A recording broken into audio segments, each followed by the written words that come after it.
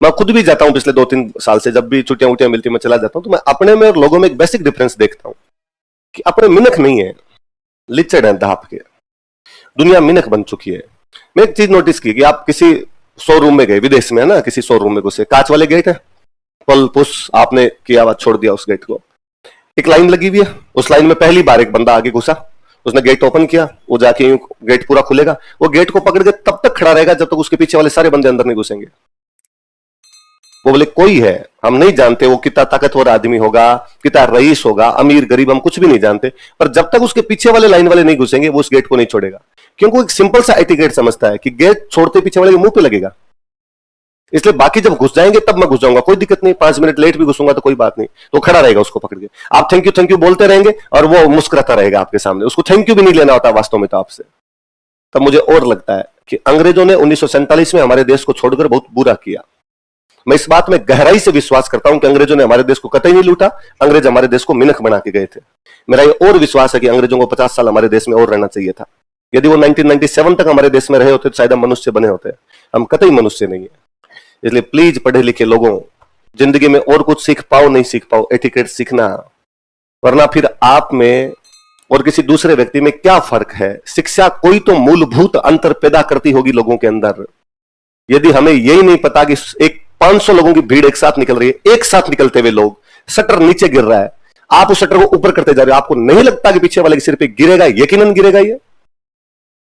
वरना इस बात में मेरा पहले से विश्वास था, अब भी विश्वास है कि भारत के लोग असभ्य, जंगली, जाहिल टाइप के लोग हैं, जिनमें सभ्यता की बेहद कमी है। अंग्रेजों का लाख लाख धन्यवाद दिया जाना चाहिए कि वो हमारे लोगों को थोड़ा बहुत सभ्य बना के गए थे। काश वो थोड़े साल और रहते बेचारे तो और सभ्य बना के जाते। इस दुनिया के सबसे सभ्य लोग गोरे हैं, गोरे यकीनन। आप कभी यूरोप के उन लोगों को देखिए, उनकी सभ्यता देखिए, आपको लगेगा भगवान के रूप है बापड़े। और मुझे लगता है एग्जैक्टली उन्होंने जहां जहां दुनिया में राज किया वो लोग सभ्य में हैं। जहां वो दुनिया में राज नहीं कर पाए वो लोग आज भी ऐसा पे। अफ्रीका का पूरा महाद्वीप देख लीजिए आप, अफ्रीका महाद्वीप में यूरोप ढंग से राज नहीं कर पाया था, इसलिए अफ्रीकन आज भी जंगली है। आप जंगली मानिए, इनके अलावा और वो कुछ भी नहीं है ढंग से। सेकंड वर्ल्ड वॉर हो गया था, सेकंड वर्ल्ड वॉर के बाद यूरोप की स्थिति खराब हो गई थी, यूरोप वालों ने खुद ही सारे के सारे अपने उपनिवेश खाली कर दिए थे। मुझे तो हमेशा हिस्ट्री पढ़ाते थे, ये सेंटेंस कहते में भी बड़ा जीव घबराता जब हम कहते हैं कि हमने देश को आजाद करवाया। ना ना ना ना, कर दिया उन्होंने। वो 47 में छोड़ के गए थे, आपने कुछ ही नहीं करवाया था। 45 के बाद में उन्होंने अपने सारे उपनिवेश खाली किए थे। आप आजाद हुए उसी टाइम में युगांडा, रवांडा, तवांडा, नाइजीरिया, घाना, लीबिया, सीरिया सब आजाद हुए। तो उनको भी तो किसी ने आजाद करवाया होगा, वो आजाद हुए तो आप आजाद हो, किसी ने नहीं करवाया। वर्ल्ड वॉर की स्थितियां ऐसी थी कि इंग्लैंड ने अपने सारे उपनिवेश एक साथ ही खाली कर दिए थे। 45 से 60 के बीच में पूरी दुनिया आजाद हुई तो आप आजाद हो गए थे। हम केवल अपनी पीठ थपथपाने वाले लोग जो हम कह देते हैं हम महान है, हम फलाने, हम ढींकड़े, कुछ ही नहीं है, एकदम यूं मृत प्राय लोग हैं। मैं इलाहाबाद से आया हूं, मेरा नाम राजीव दीक्षित है और पिछले कुछ वर्षों से मैं भारतीय संस्कृति और इस राष्ट्र को बचाने के एक आंदोलन में लगा हुआ हूं। उस आंदोलन का नाम है आज़ादी बचाओ आंदोलन। ये आंदोलन सन 1992 से चल रहा है और जब से ये चल रहा है तब से मैं इसमें लगा हुआ हूं। पेशे से मैं इलेक्ट्रॉनिक्स और टेलीकम्युनिकेशन का इंजीनियर रहा और एक रिसर्च प्रोजेक्ट में मैंने काम किया, लेकिन सन 1992 में अपना सारा काम छोड़कर, अपने कैरियर को छोड़कर, अपने सारे धंधे को छोड़कर राष्ट्र को बचाने के लिए, संस्कृति को बचाने के एक आंदोलन में मैं लग गया। पिछले कुछ वर्षों से मैं भारत और यूरोप दोनों का अध्ययन करने का प्रयास कर रहा हूँ। लगभग मुझे 10-12 वर्ष हो गए। इन 10-12 वर्षों में भारत और यूरोप के बारे में जो भी कुछ अध्ययन करने की मैंने कोशिश की, उसके लिए कुछ दस्तावेज जुटाए, कुछ डॉक्यूमेंट्स इकट्ठे किए और वो दस्तावेज सिर्फ भारत से ही नहीं, यूरोप के भी कई देशों से लिए। धीरे धीरे दस्तावेजों की संख्या लगभग 50,000 हो गई। उनका अध्ययन और अभ्यास करके मुझे जो समझ में आया वो मैं आपसे शेयर करना चाहता हूँ।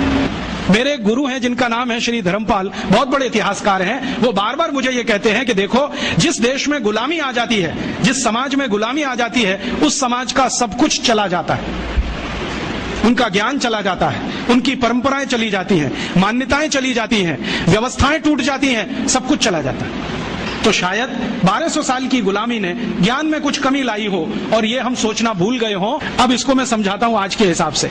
भारत को 300 साल अंग्रेजों ने गालियां दिया, तुम नालायक हो, निकम्मे हो, नकारा हो, तुम्हारी सभ्यता खराब है, संस्कृति खराब है, तुमको तो कपड़े पहनना भी नहीं आता, तुमको तो खाना खाना नहीं आता, तुमको सभ्यता का कोई रंच मात्र भी अंदाजा नहीं है, सभ्यता होती क्या है, विज्ञान नहीं जानते, टेक्नोलॉजी नहीं जानते, हम तुमको जो सिखा रहे हैं वही सही है। ये हम सुनते रहे सालों साल। तो 300 साल में ये भारत भी सूख गया।